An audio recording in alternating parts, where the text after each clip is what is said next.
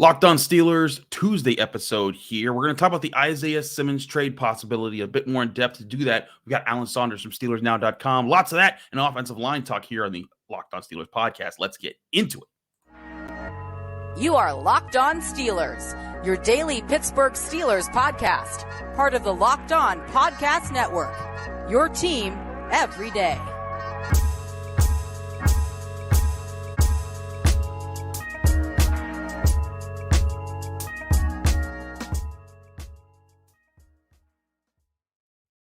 Hello and welcome to the Locked on Steelers podcast. I'm your host, Chris Carter, bringing you your daily dose of all things on the Pittsburgh Steelers. As always, you can find this show on your favorite podcasting app and on YouTube. Like this video if you enjoyed on YouTube. Subscribe to this YouTube channel to get all your daily Monday through Friday episodes, as well as our bonus content. We thank you for making us your first listen every day because we're your team every day. And as I said before, we're joined by Alan Saunders. He's back on the show from SteelersNow.com. Alan, it's great to have you back, but I got to address something that fans will not let go. And I get why they don't want to let this go. I understand it because the prospect of it potentially happening, and it could be a fit, would be very enticing if the Steelers could make it work. And that is a trade for a linebacker, Isaiah Simmons, from the Arizona Cardinals. Now, for people who might not be in touch with why this would be so enticing or so interesting, Isaiah Simmons was a top 10 pick by the Cardinals 4 years ago, and it has now come up on the fourth year of his deal. He was not given his fifth-year extension as a first-round draft pick, and so now the question stands: what are the Cardinals going to do with him if you don't sign a guy to a fifth-year extension? And someone comes calling with a trade, would you take it? And the question I think that everyone's asking is, how much would it take to get Isaiah Simmons? Now, here's the thing. Some people might be saying, well, if Isaiah Simmons is so bad that they don't want him, why should the Steelers get him? But I think it's the profile that Isaiah Simmons plays with the Cardinals. He's a guy, he's 6'4", 238. He can move in space. He's a guy that can. And when he was coming out of the draft, he was positioned as a guy who could be a fast linebacker or a big nickel safety, a guy that could kind of play in that spot. He's had 7 passes defensed in back-to-back seasons. He's a guy that could fill the role of the more privy to cover linebacker that we've been talking that the Steelers need at the inside linebacker position. Alan, is this crazy or is this reasonable speculation from Steelers fans who just really want this to happen? That's an interesting question. I think it's probably crazy, but I don't think we should dismiss it out of hand because we're talking about a team that might do something crazy, right? Like, I think that's the part of it that, to me, like, if Isaiah Simmons was on the New England Patriots, we could stop talking about this right now. Like, right? Like, it'd be like, oh, they're not going to do something dumb. All right, fine, yeah, whatever. Nice thought. Not fat chance, not happening. I think that's the thing that maybe keeps me thinking about this, and like to a lesser extent, Budda Baker too, who's another guy that's been talked about as like could maybe be available. And I'm not sure that anybody really knows what the Cardinals are doing, what they're thinking. Cutting DeAndre Hopkins, like, are they committed with Kyler Murray? Where is this team going? I don't think anybody knows. It wouldn't surprise me if they're getting to a place that the Miami Dolphins were in 2019, where they're just like, hold up, we got to hit the reset button on a lot of this. I think that would be dumb, but it wouldn't surprise me if they do it. And, being the team to take advantage of teams that are doing dumb stuff is a great position to be. I don't think it's likely, but I don't think we should dismiss it either. I feel you on the lack of likelihood, because you are right. The Arizona Cardinals are very unpredictable right now. New coach, new direction, lots of players they're paying expensive salary cap numbers to, like Budda Baker, who takes up $16.8 million in cap space. Marquise Brown, $13.4 million in cap space. Kyler Murray, $16 million. Zach Ertz, $11.6. James Conner, $9.4. And then right after him, and DJ Humphries also at $12.5. But when you go down 7 spots, the 7th most expensive salary cap hit this year is Isaiah Simmons with $6.57 million that they owed him for this year as the 4th year of his rookie contract. But I look at that and I think that, man, if it could work, it would be awesome, right? Like, it would be like, okay, great. Maybe you give up a 4th or a 5th round pick or something along those lines, and you get a linebacker who, at worst, he's an athletic player on your defense. If he doesn't fit, he's gone in a year, and you don't have to worry about it. At best, you found a new young piece who can be part of your long-term plan. The guy is only going to be 25 years old when the season starts. That's perfect age for things, and you found an answer here. And I think a guy, again, who was a top 10 pick way back in the 2020 NFL draft. Crazy to talk about it that way. But a guy who was the 8th overall pick. I think that's great value. At least it makes sense for their position needs right now, especially when you look at the market right now for other off-ball linebackers and what those guys could bring if you just sign a guy that's still in free agency. Yeah, I mean, if you compare him to like a Quan Alexander, okay, who the Steelers have brought in for a visit and is available. Salary, probably going to be comparable. You're going to have to trade something to get Isaiah Simmons, and I don't think it's going to be nothing. It might not be a lot, but the Cardinals are not in a place where they just have to make this move, so they're going to give him away for nothing. I mean, I would be surprised if he's traded for less than a 5th-round pick. Wouldn't surprise me if he is able to net a little bit more than that. I mean, the Steelers gave up that from Malik Reed last year, right? Like, I mean, that's so I think he probably would command a little bit more than that, but a really good player and a great fit. I think that's the thing to me that's the most enticing about this, is that maybe more than any other player that could theoretically be available to the Steelers, whether it's in free agency or a trade. It's like, okay, what does Isaiah Simmons bring to the table? Oh, well, he's a good pass rusher and is really, really good in coverage, and he's a pretty sure tackler, and he's only so-so against the run. And you look at him, and then you look at the pieces that they have, and guys like Landon Robertson and Mark Robinson and Cole Holcomb, you're like, oh, he's the missing piece. He's the run stuff you don't have, right? And so I think that makes him super attractive to the Steelers, specifically, maybe more so than other teams. Also, the Steelers are not shy about spending resources on the linebacker position the way a lot of teams are. The Steelers traded up to draft Devin Bush with the number 10 pick. Now, that didn't work, but there are some teams that don't put a lot of stresses on their linebackers. That's actually an interview with Vince Williams this week that I thought was really good, where he went into kind of in-depth about, like, look, the Steelers ask a ton out of their linebackers. The reason the Steelers keep swinging and missing on finding 3-down inside linebackers is not that they're bad at evaluating them. It's that they're asking like a nearly impossible task from these guys. And that's why we haven't seen one of those succeed in that role since, Vince Williams and Ryan Shazier, like that. Those were the last guys. And so I think it makes a lot of sense for the Steelers. If he's going to be traded, it makes a lot of sense for the Steelers to be heavily involved in that conversation.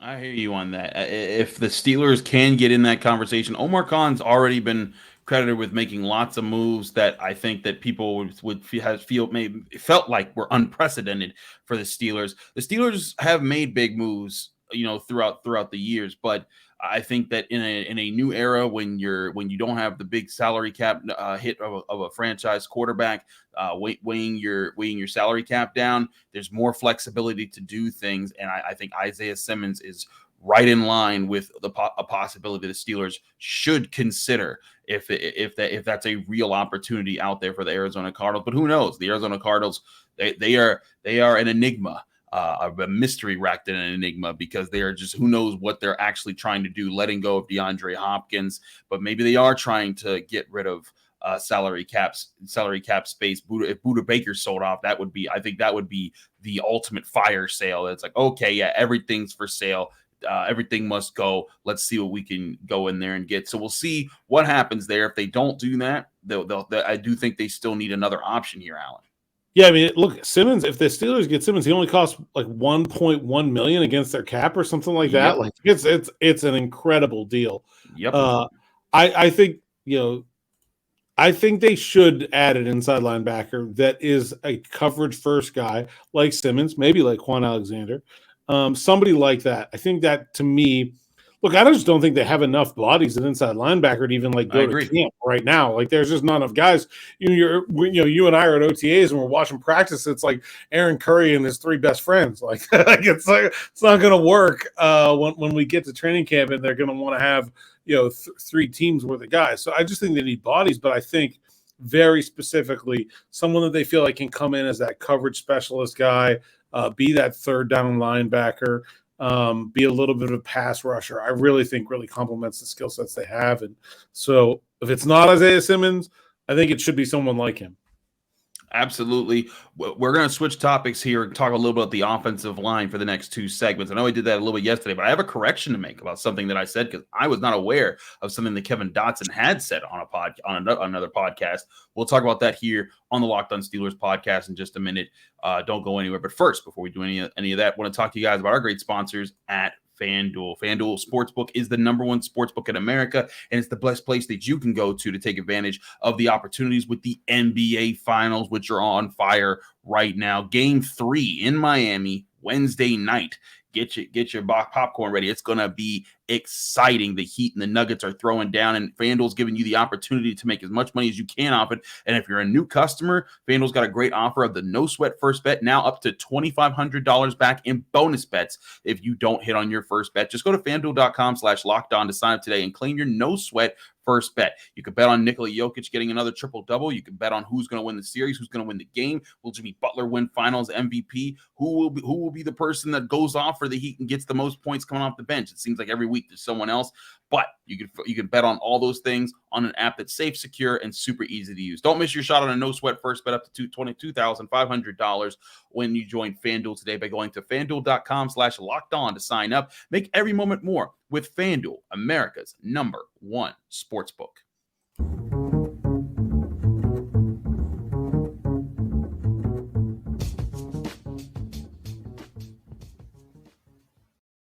Back here on the Locked On Steelers podcast, I'm your host, Chris Carter, here with Alan Saunders from SteelersNow.com. As just a reminder, if you want to donate to our cause with the Cystic Fibrosis Foundation all throughout the summer, we're going to be taking donations to the campaign that I have going. Go to the link that's on your screen right now, or use this QR code that's on your screen, or click on the link that's in the description of this podcast, either on YouTube or an audio platform. Donate anything you can. It's always appreciated. Anyone who can help out with a very worthy cause for a condition that impacts tens of thousands of Americans every year. We appreciate everyone who donates their money and their time to the cause. And if you donate at least $10 and you call in a question, your question will get answered within a week of your donation. So thank you very much for all those who've done that. But let's move on to the Steelers. Now, I brought this up, and I got to apologize to a caller who called in with this, Jesse Saldivar. Who called in a California Steelers fans who called in and asked about Kevin Dotson and saying, why is he saying these things in the media? And I was like, I was aware that he talked about how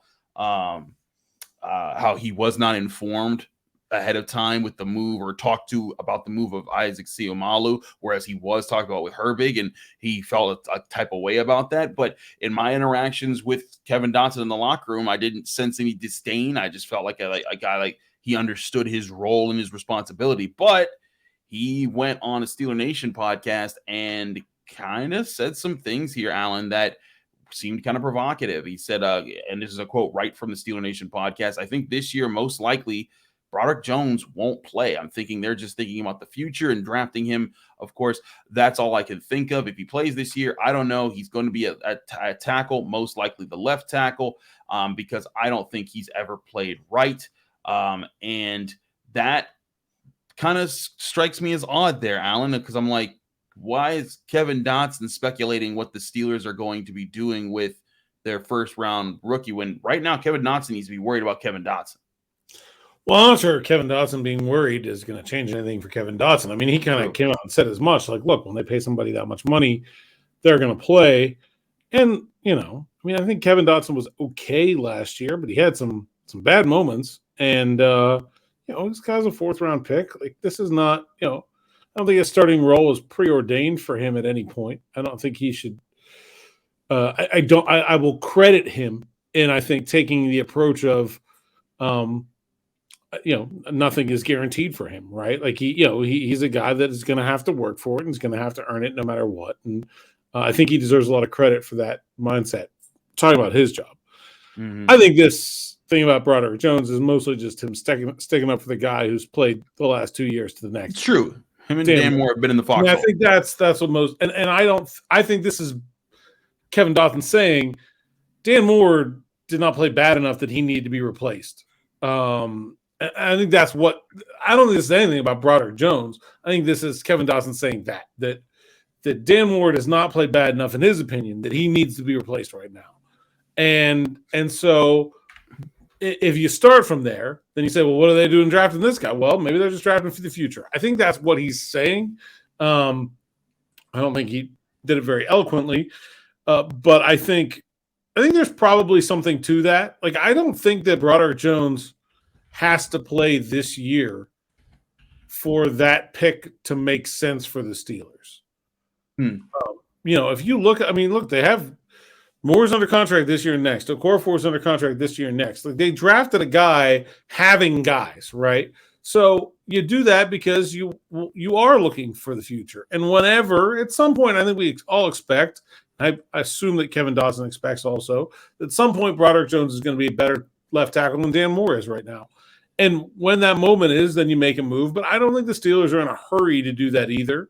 And so I think that, I don't really think this is him saying anything other than he thinks Dan Moore has been better than people think the last couple of years. And look, I think we've talked about this before. I would not be so very surprised if we get out there week one, San Francisco 49ers on the field and Dan Moore is a starting left tackle. That would not shock me at all as we move through this process. It wouldn't shock me, but I don't know. The more and more I look at it and I look at what Broderick Jones could be and his capabilities, the more I think, Alan, that I don't think it's as at first for a little bit, I thought at least for maybe like week 1 and 2, he might not be the starter. But the more we're sitting at OTAs, we're talking to these guys. I really get an impression that Broderick Jones could be that guy day one if he buys into what they're selling him, if he's able to limit mistakes in practice. Like, if he's able to be a heady player while being a rookie, I think that's the biggest thing out of all of this. He has to come away clean. He has to be able to, win his one-on-ones, and he has to avoid penalties, no holdings, no false starts, avoid the mental errors. If he does those things in my book, Alan, I think the Steelers might say, you know what, his upside is worth it. And we have seen Tomlin handle rookies differently. Kenny Pickett just last year, had to wait his turn till like week 4 before he got a chance. Granted, quarterback's different than most other positions, but we've also seen other rookies different than left tackle though. Like, I think there's a lot of similarities there actually. Okay, and that's a position where you want to have one guy. Right? You're not platooning left tackles, right? Like, it's not cornerback. Where, like, is Joey Porter Jr. going to start the first game? I don't know. It doesn't really matter. He's going to play in the first game. He's going to play a whole lot. He's going to play a whole lot in every game. And it doesn't matter whether he's ever the starter or not. It's irrelevant. Like, tackle is different. You want to play one tackle the whole game, just like quarterback. And I think it's a position that impacts other positions, just like quarterback. One of the reasons that teams don't just throw a rookie quarterback into the void is because his play is important to your wide receivers. Well, your left tackle's play is really important to your quarterback. I mean, I think the idea behind a lot of the Steelers' moves this offseason is protecting and giving more options to Kenny Pickett, right? Better offensive line play. 2 guards in free agency, tackle in the first round of the draft, gigantic tight end in the later in the draft, bringing in Allen Robinson. Like, that seems to be the key. But none of that makes sense if you put a rookie tackle out there who's not quite ready yet, and he makes a mistake and gets Kenny Pickett hurt early in the year. Like, that's undoing all of that work very quickly. And so I think Broderick Jones can be a very good player, and I think he can be a very good player this year. But I think the Steelers are going to be slow to this. And the other thing is, man, like, I think I really like what I've seen from Broderick Jones so far, but man, I don't take hardly any stock in what I see from linemen at OTAs. It just doesn't matter. Like, I agree with that. You could be as good as you can be in OTAs, and first week at St. Vincent, TJ is going to take you all the way up the hill and into the locker room. Like that's just what's going to happen. And how he responds to that, I think, will be a lot more telling for me than anything we're learning right now. No, I hear you on that. I just think that with Broderick Jones, I kind of feel like the Steelers, they might be, and especially with Dan Moore Jr. kind of getting, starting to work more of the swing tackle option. He's working in some right tackle, work there in OTAs. And again, it's just OTAs. It doesn't mean, like the world or anything.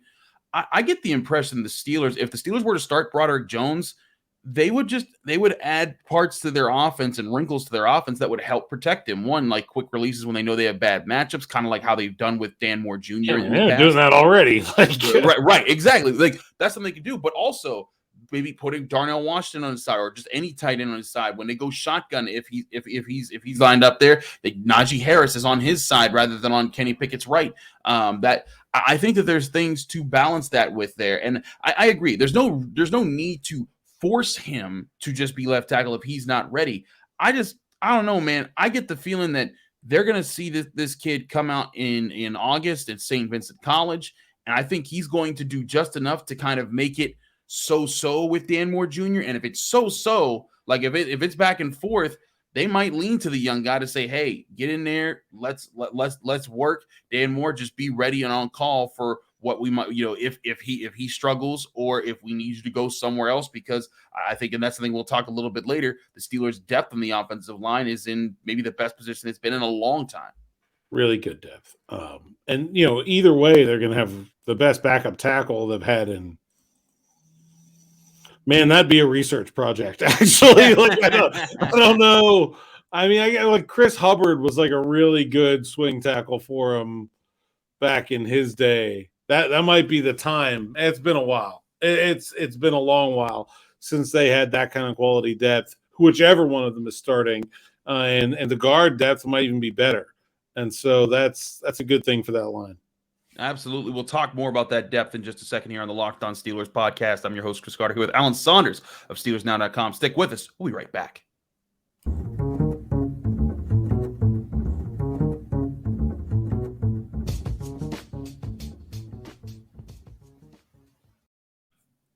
Back here on the Locked On Steelers podcast, I'm your host, Chris Carter, here with Alan Saunders from SteelersNow.com. Alan, let's talk a little bit about the Steelers' depth chart when it comes to the offensive line and the different pieces of it. Now, we should also note that the Steelers did sign a new player that's going to be added to that depth chart, Jared Williams, a former Philadelphia Eagles who comes in at 25 years old. He had some experience kind of being on practice squads, bouncing around a little bit. He was an undrafted free agent after 2022, and he was with the Eagles for a year and bouncing around a little bit. But now he's brought in. You don't expect this guy to really be in any conversations, but I think it gives us the opportunity to talk about a little bit about this depth situation. Like you said, the offensive tackle depth, Dan Moore Jr., Chuks Okorafor, Broderick Jones are your top three guys. But even LaRaven Clark, I think, is a solid veteran backup that you can put back there and say, like, hey, if worse comes to worse, get in there and just don't get your butt kicked. Just stick with the plan. Don't get your quarterback killed, and don't cause that many penalties. And then that kind of makes it so, like, I've been like four times in OTAs already. I've been like, who is 60? Yeah. Oh yeah, Clark. Yeah. Oh yeah, he's all right, man. Like it's several times. Yeah, and I think that, you got that. You even have the guy Spencer Anderson, who they drafted in the 7th round, who could let's really talk about him, because I think this signing of Jared Williams tells us something about Spencer Anderson. They've moved him around a lot already, right? He's played, he can play any position. I've seen him play at least 3 spots, and I think he can probably do more than that. But, okay, they signed Jared Williams today to fill the 90-man roster and give them 6 tackles without including Spencer Anderson, right? So to me, like that's 3 deep. That tells me Spencer Anderson is going to be an interior guy. And maybe he's an interior guy at center. Like, are we setting up a Kendrick Green, Spencer Anderson backup center battle? I could kind of see that from this move today. It's an interesting question there, and let's talk about Kendrick Green here, because he fits into this as well. Kendrick Green was kind of like, in a position to battle with Kevin Dotson at guard last year, and in fact, around this time last year, both of them said, we're 50-50 right now. It's kind of a back and forth battle to see who wins it out. Obviously, Kevin Dotson won it out, and then Kendrick Green didn't even dress for a game last season.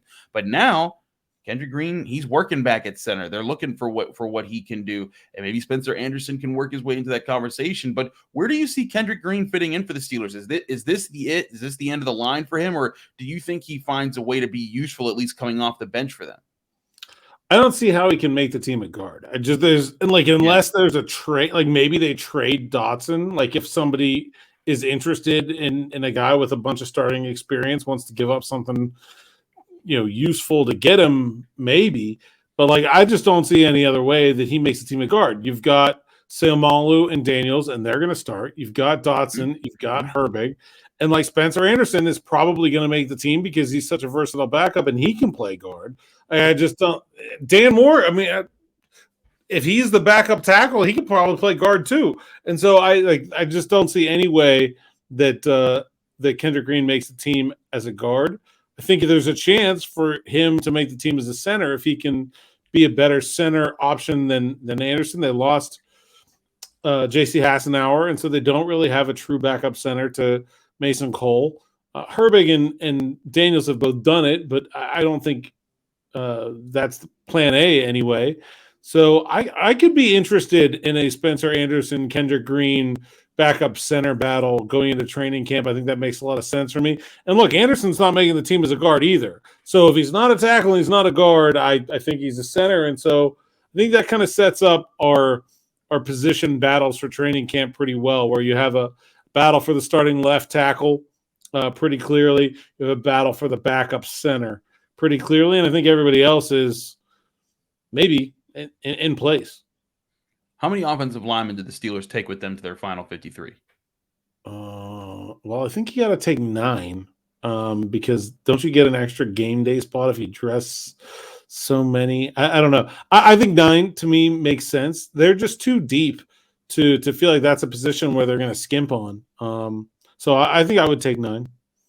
You take 9. So let's assume the starters are easy. Jones Daniels is on the team. Let's yes. But let's say Okorafor, Daniels, Cole, Seumalo, Jones, Moore. That accounts for 6. Six starters. Yeah. So you got 6. But I'm saying you have 6 guys there pending who starts between Dan Moore and Broderick Jones. So then next, you assume you'd keep Kevin Dotson. Being a starter. I'm Nate Herbig for a reason. Exactly. So that's 8 already. So then you're talking about, is LaRaven Clark the guy? Is Spencer Anderson the guy? Is Jared Williams the guy? Is Kendrick Green the guy? But I keep coming back to this. Who plays as the second center? Because we just named those guys there: Dan Moore Jr., Nate Herbig, Kevin Dotson. I feel like at that point you now have 4 guards, 5 interior offensive linemen in a group of 9. You can't afford to. Can you afford to add a 6th there? And only roll with really 3 bona fide offensive tackles and trust that? Or do you find a guy that can do both? Does Dan Moore Jr. become your guy that can kind of help with the interior a little bit more? You get rid of one of those extra interior offensive linemen and you still sign another tackle. Or there's a lot of different ways this could go, and that's why I wanted to bring this up. I don't think backup center is actually like that big of a deal for them because like if Mason Cole goes out for the year, I think you just move James Daniels over. You have 2 backup guards that have both started, pick one of them, move them up, problem solved. But you still need somebody that can play 5-10 snaps if it needs to happen in the middle of a game and you don't want to move your whole rest of your offensive line around. I think to me, I think it's Kendrick Green or Spencer Anderson for that last spot. I think if, you can hope that maybe Anderson, if he's not that guy, makes it to the practice squad, or a guy like Williams or Clark can make it to the practice squad and be depth there. They haven't really dressed 4 tackles. So if you're 4 tackles on the practice squad, I don't think that's a big deal to me right now. I mean, the other thing we got to talk about is this, that was a historically healthy offensive line last year. It was. They're not going to have the 9 guys we pick right now on the roster available healthy to them all year again. That's not going to happen. They're going to go through periods maybe long periods where some of those guys are unavailable. And so just because, if we say the 9 on the 53 right now, well, who gets hurt in training camp? Who gets hurt in the preseason? Who's on the injured reserve?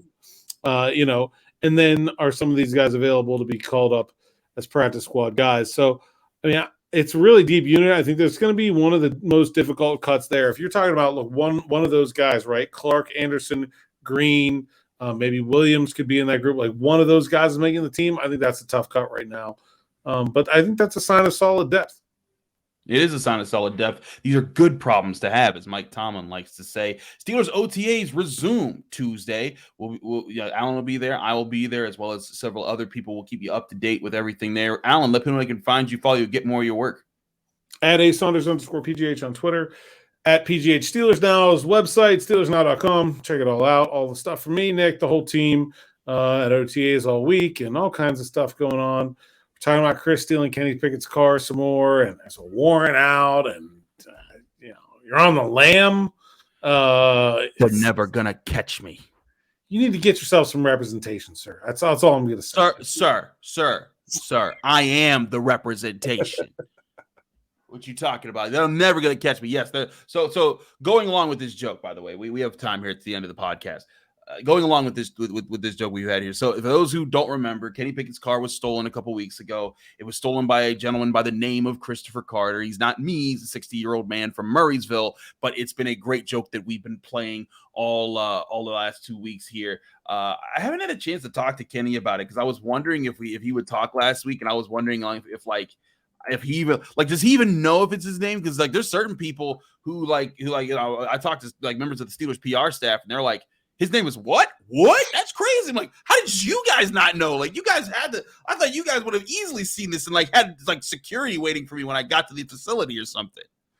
They don't read anything we write, Chris. That's all that means. It's just putting it out in the ether. They don't care. But we're at this point now though where everybody's in on the joke because everybody's tagging me is so this guy, so he steals the car and it's that. So then he had a court date on Monday and then he didn't show for his court date, so now there's a warrant out for his arrest. So now I am like, okay man, don't get me in trouble, the cops pull me over, don't drag me into this. Christopher Carter, we got a potential Kenny Pickett car thief here. We read 1 minute. I don't need these problems, man. Come on, somebody. So yes, the Christopher Carter is on the lam. It's not me, but hey, maybe it is. I don't know. And we'll keep up this joke as long as we can here on the Locked On Steelers podcast. Alan, thanks so much for joining us here on the Locked On Steelers podcast. Remember, OTAs resume Tuesday, so we'll have updates on that and talking on the Wednesday episode of the Locked On Steelers podcast. Stay tuned. A lot of stuff coming there for you, and then we'll keep you rolling. And after that, this is the final week of OTAs. Minicamp around the corner as the last activity before St. Vincent College. You can feel the season creeping towards all that and more on the Locked On Steelers podcast moving forward. We'll see you then.